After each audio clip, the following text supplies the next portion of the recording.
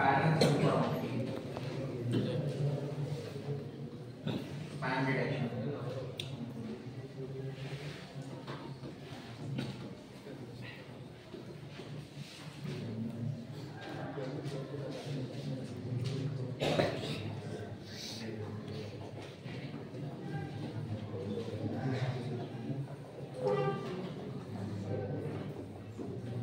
Recommendations ఒకటి.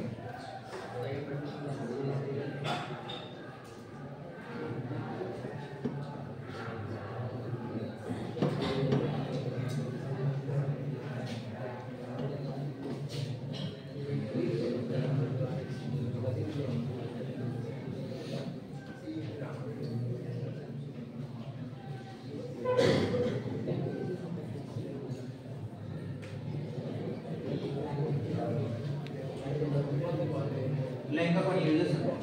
ఇప్పుడు చూడండి, health care, recommendation, predictive, spam, marketing, వీటన్నిటికీ ఎలా వర్క్ అవుతాయి? Like before I explain about my Amazon recommendation system. మనం ఏదైతే ప్రోడక్ట్ ఒకసారి సెర్చ్ చేస్తామో వాడు అక్కడ ఒక రికమెండేషన్ పంపిస్తారు.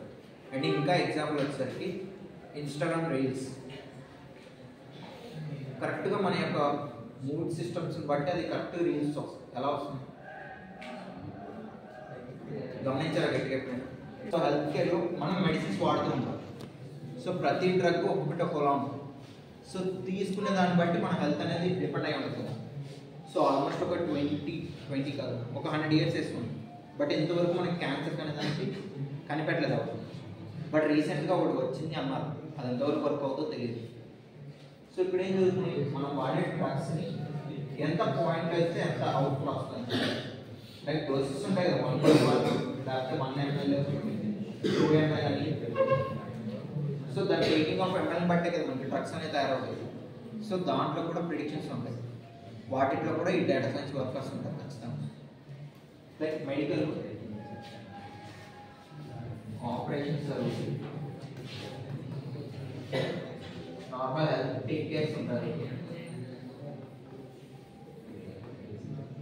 కాంపౌండర్స్. మనకి హాస్పిటల్ అనగానే తెలిసిన మా ఇది ఉండే ఉంటాయి కదా, అంతే కదా. ఆపరేషన్స్ డాక్టర్స్ ఉంటారు, లేకపోతే టేక్ కేర్స్ ఉంటారు, ఇంకా లేదంటే కాంపౌండర్స్ ఉంటారు. లైక్ టేక్ కేర్స్ అంటే ఉంటారు కదా వాళ్ళ కింద. So they will take care everything. But compounders వచ్చేసరికి జస్ట్ సింపుల్గా ఏదో ఉన్నట్టుగా బట్టి అది వెయిట్ అనేది మన పక్కన పెట్టి దాని యొక్క టేకింగ్ ఆఫ్ ml కూడా ఉంటుంది. ఇంకా వాళ్ళు ప్రతిదీ కూడా రికార్డ్ చేస్తారు, ప్రతి ఇన్ఫర్మేషన్.